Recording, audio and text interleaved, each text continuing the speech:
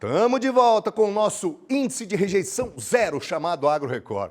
Bacana demais. A gente, assim, nas ruas, né? A gente recebe esse feedback das ruas, as pessoas brincam, né? Vê a nossa equipe de reportagem, ô, Colinho, uma delícia, a gente fica feliz demais. Então, assim, ó, em nome de toda a equipe, a gente agradece demais, viu? Porque isso, né? Como eu costumo dizer, não é obra do acaso, é um trabalho muito sério, muito comprometido por trás e que leva o nosso Agro Record a ser índice de rejeição zero. E, obviamente, a gente fica muito feliz com isso. Mas obrigado, a gente deve isso a você, tá? Bom, o assunto que a gente traz agora, né? Sempre em conjunto, é um time. O assunto que esse time do Agro Record traz agora para você vai revelar, na realidade, os motivos que estão levando o sul das Minas Gerais a, primeiro, despontar e se manter como o mais novo polo produtor de vinho do país. E tem umas técnicas, não é obra do acaso, repito. E aí você tem algumas técnicas, a poda dupla da videira, enfim, tudo isso, ó, tá fazendo com que o sul das Minas Gerais, ó, tá voando, hein? Vamos ver.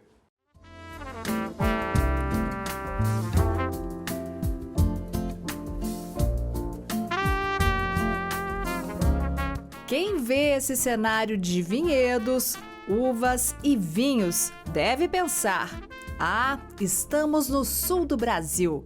Nada disso. Estamos no município de Senador José Bento, sul de Minas Gerais, região que tem despontado na produção de vinhos de excelência.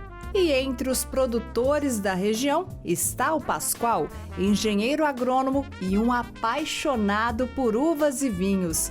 Depois de visitar vinícolas mundo afora durante os 38 anos que trabalhou em uma multinacional norte-americana, ao se aposentar, ele buscou uma nova ocupação. No primeiro momento, como todo bom mineiro, veio aquela ideia de um laticínio, de queijo, né?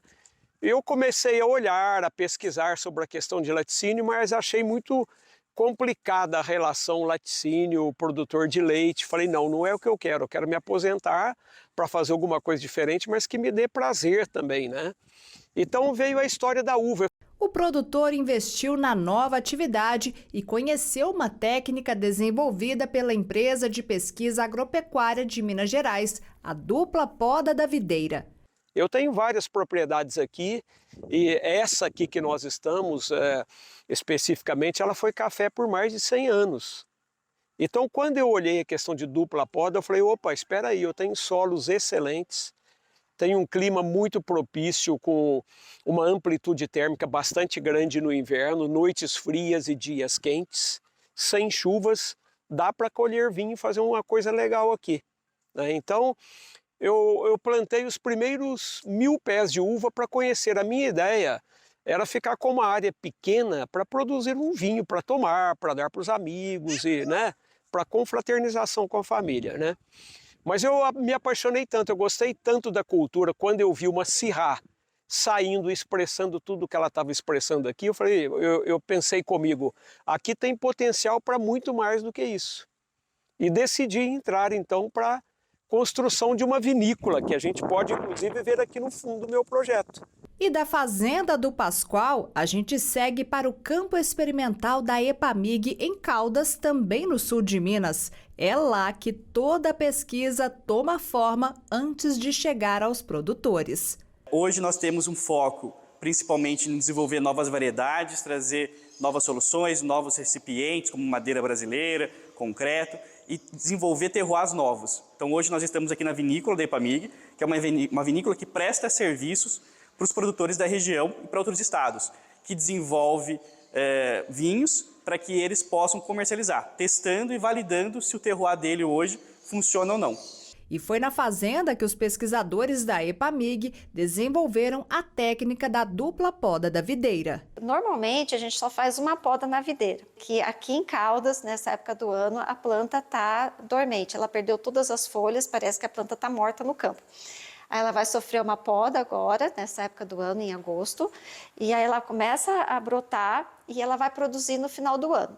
Então, você colhe os frutos entre dezembro e janeiro, a planta continua com folha, vai chegando maio, ela perde as folhas, entra em dormência. Aí você poda em agosto e começa todo o ciclo de novo. esse é o tradicional da videira, uma única poda. A tecnologia consiste na inversão do ciclo produtivo da planta por meio da realização de 2 podas anuais, em janeiro e agosto. Então, como é que isso foi possível, né, se a planta está dormente nessa época, né? Então, teve-se a ideia de podar a uva em janeiro. Então, quando você está fazendo uma poda a mais em janeiro, aí você tirou toda a parte aérea da planta, ela vai brotar e toda vez que a videira brota, ela vem com inflorescência e vem com cacho. Então, quando você poda em janeiro, ela vai dar o cacho e esse cacho vai amadurecer justamente no período de inverno, sem a chuva. Só que aí você colhe esses frutos em agosto e aí você faz uma nova poda nessa planta e aí como se fosse o ciclo normal. Só que aí ela vai vir com o cacho. Você tira esses cachos, porque a gente não quer que ela produza em dezembro, né? A gente só quer produzir em julho. Então, para não forçar demais a planta, quando ela começa essa brotação, né, de setembro, outubro, a gente retira esses cachos, deixa ela só vegetando e aí em janeiro a gente faz a poda para produzir em julho do ano seguinte, julho e agosto. A prática começou a ser testada pela EPAMIG e produtores no início da década de 2000 e tem resultado em vinhos de elevada qualidade.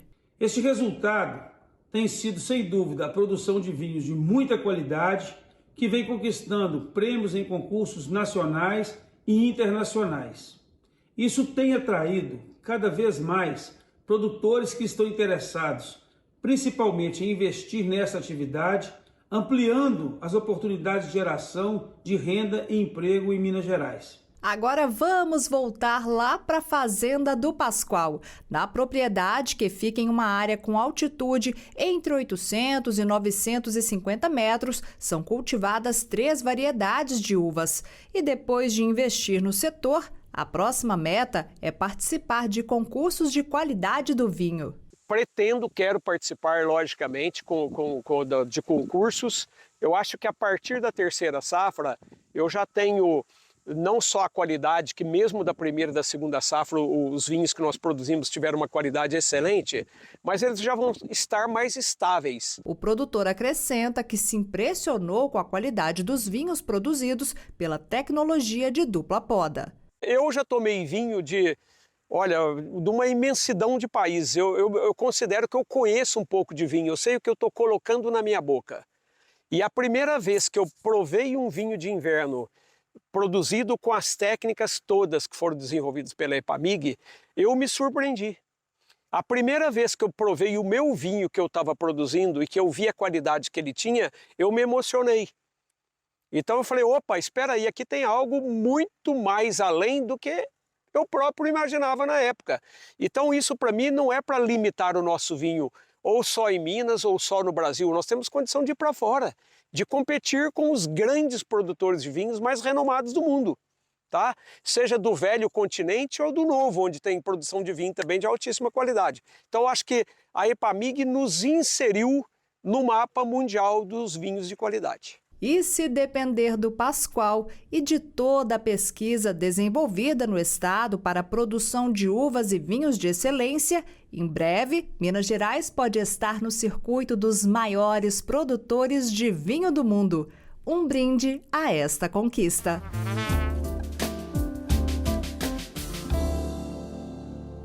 Muito bem, o Agro Record faz agora mais uma parada e já depois do intervalo tem a receita da fazenda e hoje tem o bolo de maçã. Mas assim, ó, presta atenção, pensa em sobremesa boa. De repente tem ali algum detalhe, aquele pulo do gato que pode dar uma sofisticada, uma incrementada na sua receita, tá? Portanto, aguenta aí que a gente volta já, é um instante só.